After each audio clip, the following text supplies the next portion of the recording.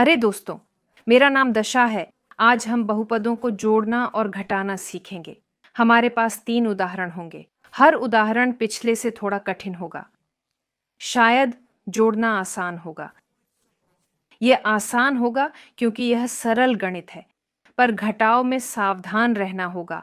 Plus minus चिन्हों पर ध्यान दें। जब आप जल्दी में करेंगे तो गलतियां हो सकती हैं। 10 सवाल हल करते समय आप जल्दबाजी करने लगेंगे, इसलिए वहां धीमा और सावधान रहना चाहिए। मैं 2 तरीके दिखाऊंगा, एक लंबवत, एक क्षैतिज। लंबवत तरीका अधिक दृश्य है। मैं अभी आपको यह दिखाता हूं।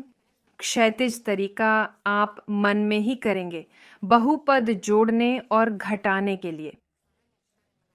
लंबवत तरीके में हमें हर बहुपद को एक दूसरे के ऊपर लिखना होगा, लेकिन विशेष रूप से मान लें यदि यहाँ x वर्ग है तो यह x वर्ग के ऊपर होना चाहिए, और यहाँ अगर x है तो इसके ऊपर। ठीक है, 5x वर्ग, हाँ, -3x+1।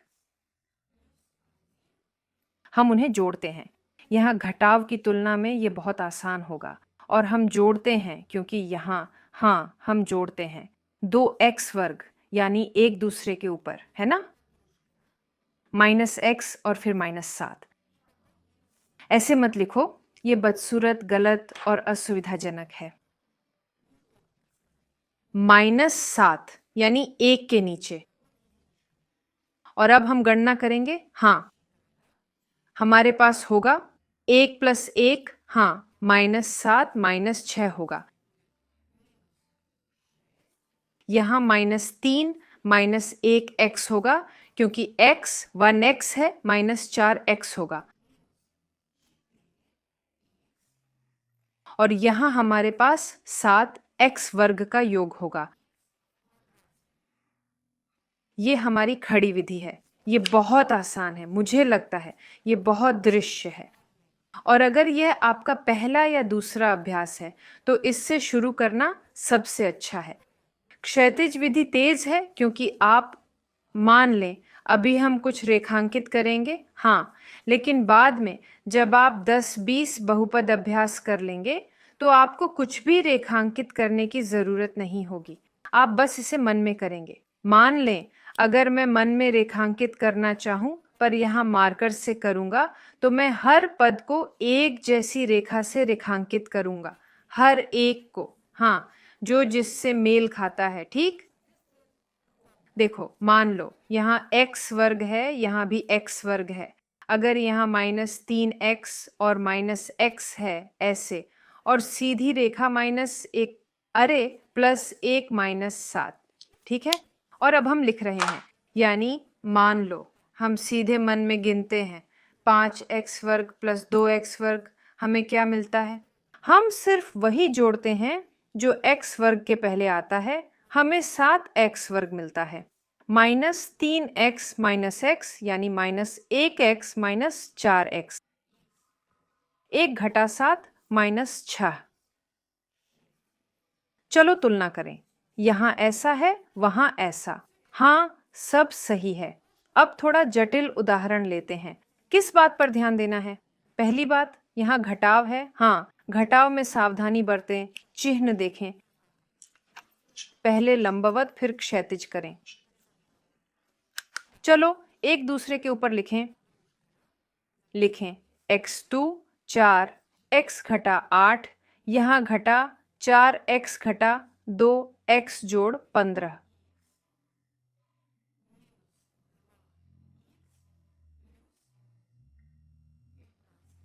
हर पद को नीचे नीचे लिखा।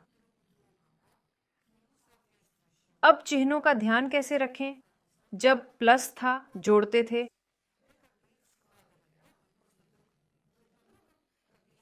माइनस पर और घटाते थे। अगर धन है, जैसे 2 और 2, तो 4 होगा। यहाँ थोड़ा सावधान रहना होगा। मैं वर्ग लिखना भूल गई। देखो, x2 घटा 4x। अब ध्यान से,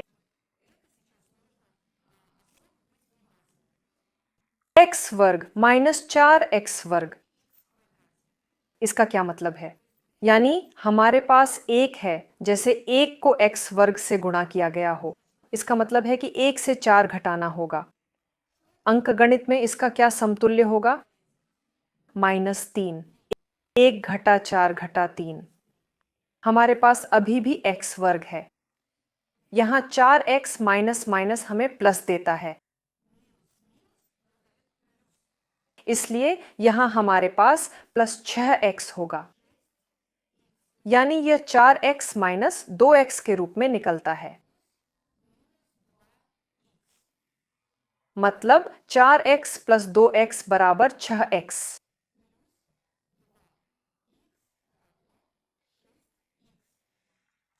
यहां दोनों धनात्मक संख्याएं हैं। अगर कोई ऋणात्मक होता तो माइनस लिखना पड़ता, -8 -15। यहां प्लस या माइनस से फर्क नहीं पड़ता, प्लस पर माइनस है तो माइनस ही होगा, इससे -23 निकलता है। यानी -8 -15 कुल 23 होता है। अब मैं इसे मिटाऊंगी क्योंकि हमें क्षैतिज करना है। पर उससे पहले मैं दिखाना चाहती हूं कि कोष्ठक कैसे खोलें और फिर रेखांकन शुरू करें। क्योंकि अगर आप बड़े कोष्ठक के साथ सिर्फ रेखांकन करते हैं बिना कोष्ठक खोले, तो यह बहुपद का जोड़ है और वहां सब कुछ बहुत आसान है। वहां कोष्ठक खोलने की जरूरत नहीं है क्योंकि आपके पास प्लस है, जैसे कि चिन्ह नहीं बदलेंगे। लेकिन अगर हमारे पास घटाव है तो हमें कोष्ठक खोलने की जरूरत है ताकि उलझन न हो। चलिए कोशिश करते हैं। हमारे पास यहाँ एक x वर्ग है। खैर, पहले वाले में यहाँ कोई ऋणात्मक नहीं है। अगर यहाँ ऋणात्मक होता तो हम कुछ बदलते, लेकिन चूंकि ये सिर्फ धनात्मक है, कोई ऋण नहीं, हम इसे बहुत आसानी से खोल सकते हैं। लेकिन यहाँ सा चूंकि एक ऋण है, हमें इस बहुपद के हर पद का चिन्ह बदलना होगा। -4x वर्ग, क्योंकि यहाँ धनात्मक है, हाँ +4x वर्ग यह ऋणात्मक हो जाता है। यहाँ नकारात्मक -2x है, यह चिन्ह बदलता है। माइनस और माइनस प्लस देता है, +2x और -15। अब हम नीला मार्कर लेते हैं। आप पेंसिल और समान चीजों पर जोर देना शुरू करते हैं। मान लें x वर्ग के साथ, x के साथ, x के साथ, तो ऐसे। हमारे पास x वर्ग कहाँ है? इस तरह। चलो दोनों को डबल लाइन से रेखांकित करें, ऐसे, और बिंदुओं से इस तरह। बढ़िया। अब x, हाँ -4x वर्ग, हाँ x वर्ग, ये -3x वर्ग होगा। 4x + 2x + 6x। याद है? हाँ, हम कहाँ थे? बढ़ता है, क्योंकि माइनस और माइनस प्लस देता है, इसलिए हमारे पास वृद्धि है। फिर -8 और -15 भी, -23। यही परिणाम हमें मिलता है। अब मैं एक और बहुपद दिखाऊंगा जिसमें एक ऐसा पद होगा जिसका कोई जोड़ीदार नहीं है। चलिए इस बार पहले इसे लंबवत तरीके से करते हैं।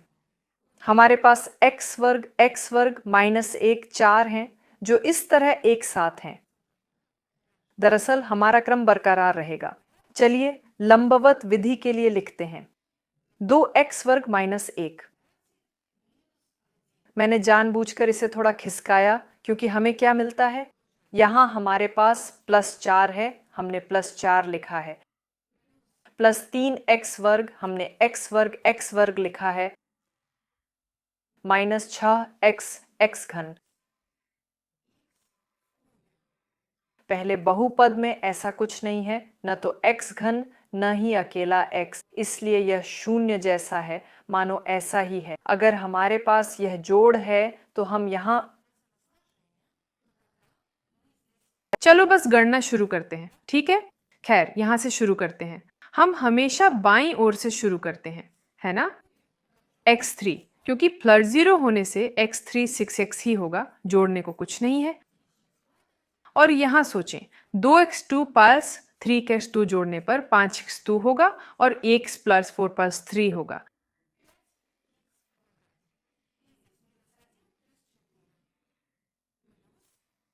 यानी 4 1 प्लस 3 होगा। यही हमारा हल है। अब कोष्ठक खोलने के लिए, क्योंकि ये थोड़ा जटिल उदाहरण है, हम दोनों भागों में x2 और संख्या पर ध्यान देते हैं।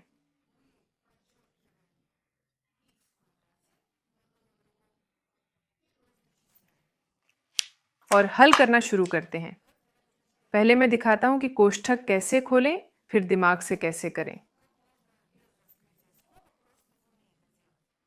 कोष्ठक खोलें, 2 1 2 1 प्लस 3 6x, हाँ, प्लस और इनसे होता है, बाकी चिन्ह वैसे ही रहते हैं। बस